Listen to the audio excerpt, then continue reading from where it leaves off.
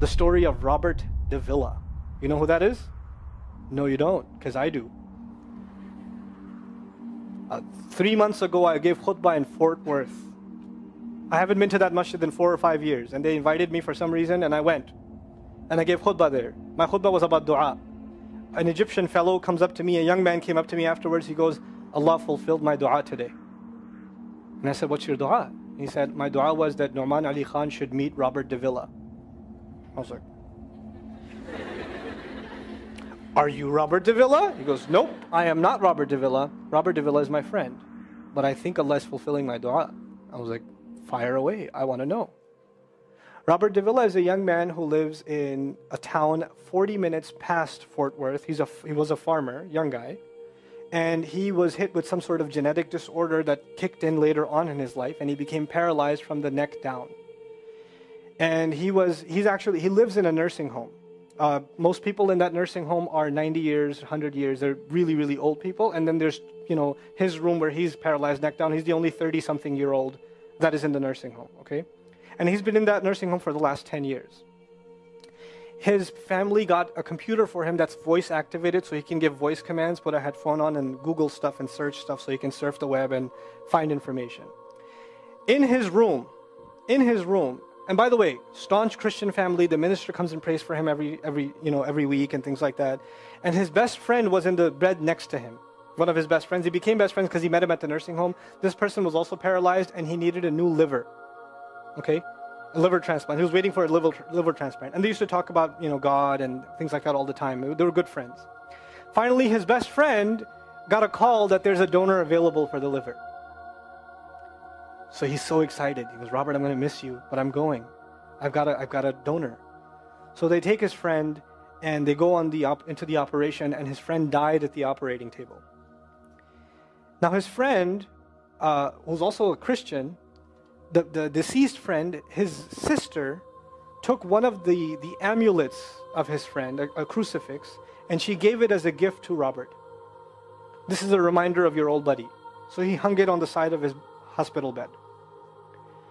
Robert Davila lives a pretty decent life in there. The nurses take care of him. He's a happy guy. And one day he goes to sleep and he sees a man in his dream. That man says his name is Muhammad. And he says, pointing at the crucifix, God did not send messengers so they would worship the messengers. God sent messengers so you could worship God. And Jesus was just a man. He walked in the markets and he ate food. He walked in the markets and he ate food, and the dream stopped. He only knows that Jesus was just a man. He knows there's a man named Muhammad that said that to him. He said that messengers came so people could worship God and not the messengers. This is all he knows. So he starts Googling Muhammad. He finds Islam. He takes Shahada. When he takes Shahada, he wants to learn about the Quran. So he goes on these chat sessions and finds somebody needs to teach me Quran. He finds a brother in Egypt that he gets together with on Skype to try to learn Arabic. Learned the Arabic alphabet. Once he learned the Arabic alphabet, he learned to recite the Quran. He memorized 10 surahs from his hospital bed. Then he said, I'm beginning to memorize the Quran, and I'm beginning to learn about this prophet, but I need to understand the Quran. So he starts Googling how to understand the Quran. And for some reason, he ends up on my videos. And he starts watching my stuff. And he watched almost everything. And then here's the kicker. In the nursing home, there was an Egyptian fellow that used to come in and do some repair work.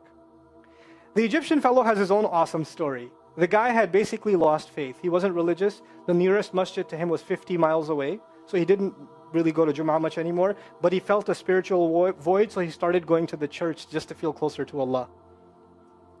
Raised Muslim. He goes to the church just to feel closer to Allah. He's passing by Robert's room one day and he hears وَالْعَصْرِ إِنَّ الْإِنسَانَ لَفِي خُسْرٍ. So he walks into his room and says, Robert, what are you listening to? Robert says, nothing. That was me. And the guy says, you're a Muslim? He goes, yeah, I became Muslim. And now this friend is in shock. How does Allah guide someone in the middle of Churchtown, USA, in a nursing home with a crucifix on the side of his bed that he doesn't even have the physical strength to move. And the guy himself says, I want to come back to Allah. So he tells him about his, the friend he found online, Norman Ali Khan. So the Egyptian fellow starts watching my videos. And then he says, I wish I could meet him one day. And he says, okay, I'll pray for you. And after 5 years, that Egyptian friend shows up at the same masjid that I haven't been to in 4 years. And after Jumu'ah says, I think Allah wants to fulfill my friend's dua and my dua. So I said, I think He does. Let's go. So I took a few of us and we went. And we met with Robert. We had a beautiful conversation with him. And inshallah, for Eid, we're going to go to his nursing home again. The nursing home was pretty shocked. You're all here to meet Robert? He's like, yep. Why do you want to meet him? He's an inspiration. We're like, okay, let me check if we can. And they had to call the hospice administrator and all this stuff. And then eventually let us in. And Robert's in shock. And then I meet with Robert, we're talking, and I was like, hey, Robert, so I heard you memorize some surahs. He says, yeah. Can you recite one for me? So he recited Surah Al-Asr. Not one of us was not crying. We're just in tears. When somebody turns to Allah, don't worry about the means. Guidance will come. Balance will come.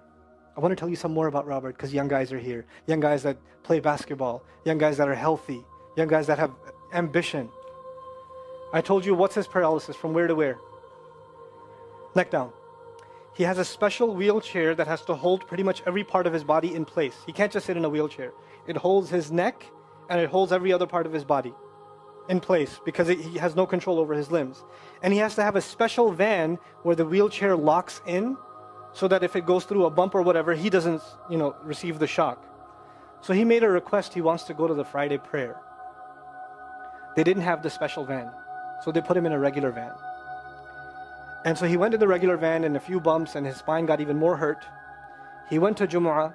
He came back in excruciating pain. And they said, I'm sorry, Robert, you're no longer able to sit in your wheelchair. You're going to have to stay in your bed for the next 6 months at least. If you see recovery, then you can get back up again. I met him in that span. He had already been in that bed for 3 months already.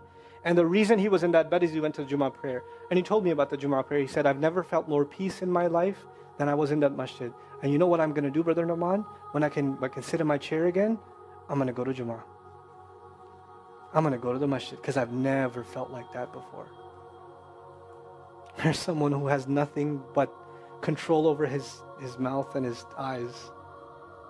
And he says, I only find peace in the masjid. And here we are. These masajid, I don't care what ideology, what school of thought, what they're talking about in the masjid, what fitna is there. I don't care. It's still Allah's house. Just go to pray. Don't go there to talk to people. Go there to talk to Allah. Just go to talk to Allah. You're just going for you and Allah. That's it. That's it.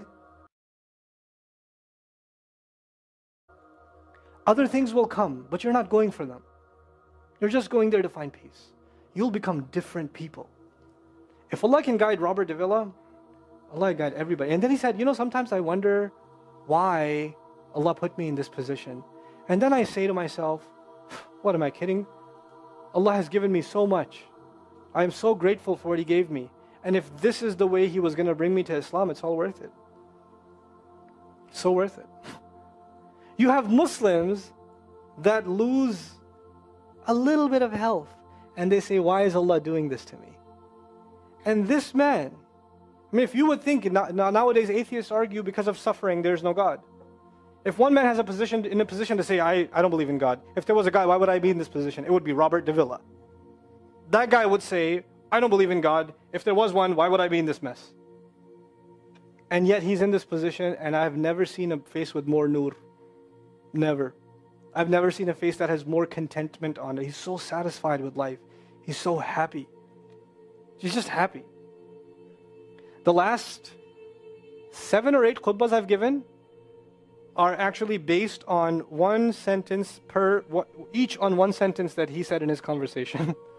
Is that profound? He's a teacher to me. I consider him a teacher. He's my sheikh. Somebody says, who's your sheikh? I say, Robert Davila. Really? Is that a pizza place or no? You know. The guidance is all around us. You don't have to get worried about what's not there. There's plenty there. You know what Allah did for the people of the cave?